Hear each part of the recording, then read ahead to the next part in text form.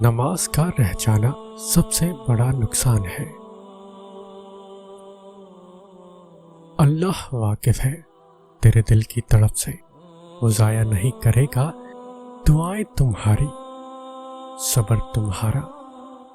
اے بندے ذرا سا انتظار کر۔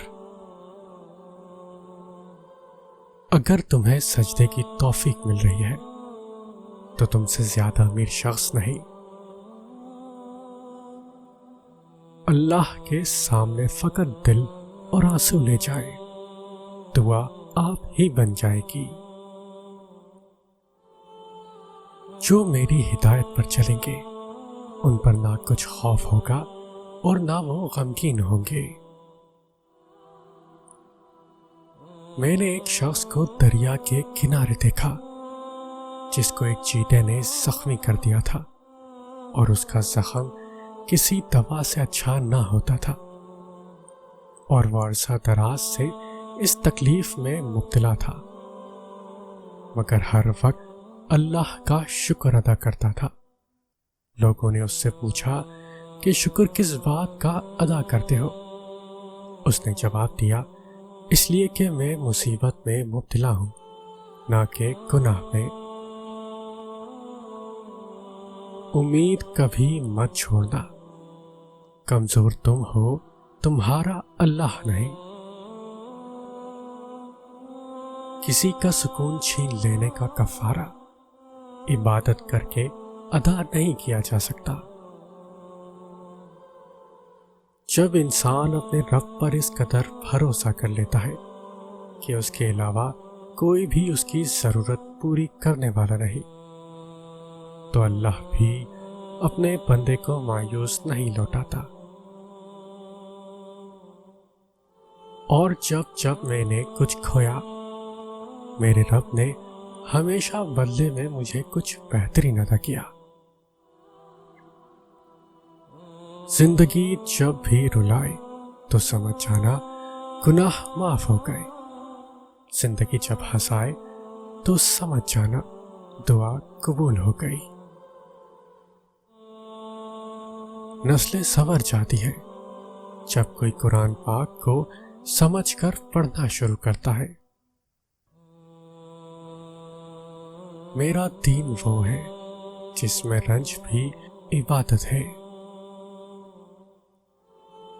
سمجھانے والا تو بہت ہے مگر سمجھنے والا اللہ کے سوا کوئی نہیں۔ اللہ کا ذکر دل کے لیے ایسا ہے جیسے مچھلی کے لیے پانی۔ اپنی تنہائیوں کو پاک کر لو، اللہ تمہاری عزت کو بڑھا دے گا۔ تمہاری مشکل آسمان جتنی بڑی کیوں نہ ہو، اگر تمہارا یقین اللہ پر ہے تو کوئی بھی تم کو ہرا نہیں سکتا۔ توبہ کا در کھلا ہے، لوٹاؤ اللہ کی طرف اس سے پہلے کہ لوٹ جاؤ اللہ کی طرف۔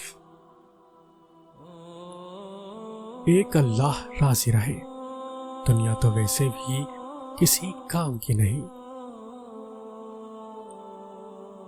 لوگ اس کاغذ کو تو سنبھال لیتے ہیں جس پر اللہ لکھا ہو، لیکن اس دل کو توڑ دیتے ہیں جس میں اللہ بستا ہو۔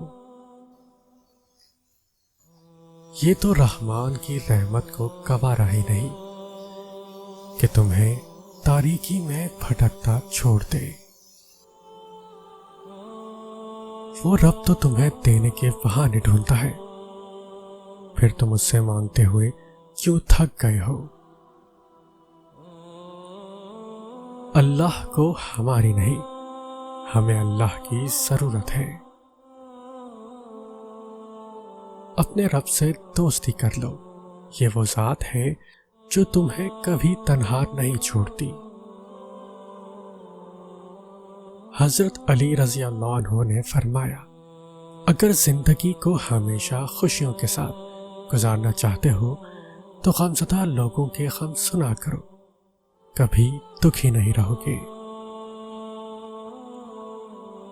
حضرت علی رضی اللہ عنہ سے کسی شخص نے پوچھا، میں بہت کوشش کرتا ہوں کہ صبح نماز پڑھوں مگر اٹھا نہیں جاتا۔ حضرت علی رضی اللہ عنہ نے فرمایا، یہ نیند کی وجہ سے نہیں بلکہ تم جو سارے دن میں گناہ کرتے ہو وہ تمہاری گردن میں توپ، ہاتھوں میں ہتھکڑی اور پاؤں میں بیڑیاں باندھ کر تمہیں اٹھنے نہیں دیتے۔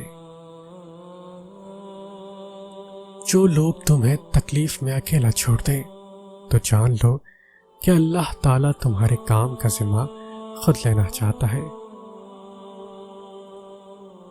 حیا کی کشش حسن کی کشش سے زیادہ ہوتی ہے۔ نام خدا کا لے کر اٹھ جاتے ہیں جو لوگ، منزل کے پاس وہ نہیں، منزل ان کے پاس جاتی ہے۔ وہ صرف عبادت والوں کا ہی رب نہیں بلکہ ندامت والوں کا بھی رب ہے۔ جب انسان ٹوٹ کر چکنا چور ہو جاتا ہے تو خالی ہاتھوں میں اپنی کرچیاں سمیٹ کر رب کی بارگاہ میں حاضر ہوتا ہے، اور وہ پاک پروردگار ایسے سمیٹتا ہے جیسے انسان ٹوٹا ہی نہیں تھا۔ بے شک اللہ عظیم مصور ہے۔ نماز کا رہ جانا سب سے بڑا نقصان ہے۔ اللہ واقف ہے تیرے دل کی تڑپ سے، وہ ضائع نہیں کرے گا دعائیں تمہاری، صبر تمہارا۔ اے بندے ذرا سا انتظار کر۔ اگر تمہیں سجدے کی توفیق مل رہی ہے تو تم سے زیادہ امیر شخص نہیں۔ اللہ کے سامنے فقط دل اور آنسو لے جائیں، دعا آپ ہی بن جائے گی۔ جو میری ہدایت پر چلیں گے ان پر نہ کچھ خوف ہوگا اور نہ وہ غمگین ہوں گے۔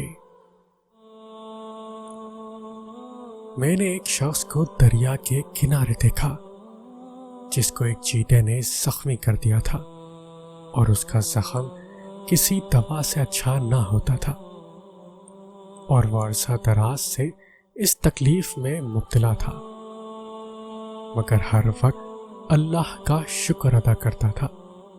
لوگوں نے اس سے پوچھا کہ شکر کس بات کا ادا کرتے ہو؟ اس نے جواب دیا، اس لیے کہ میں مصیبت میں مبتلا ہوں، نہ کہ گناہ میں۔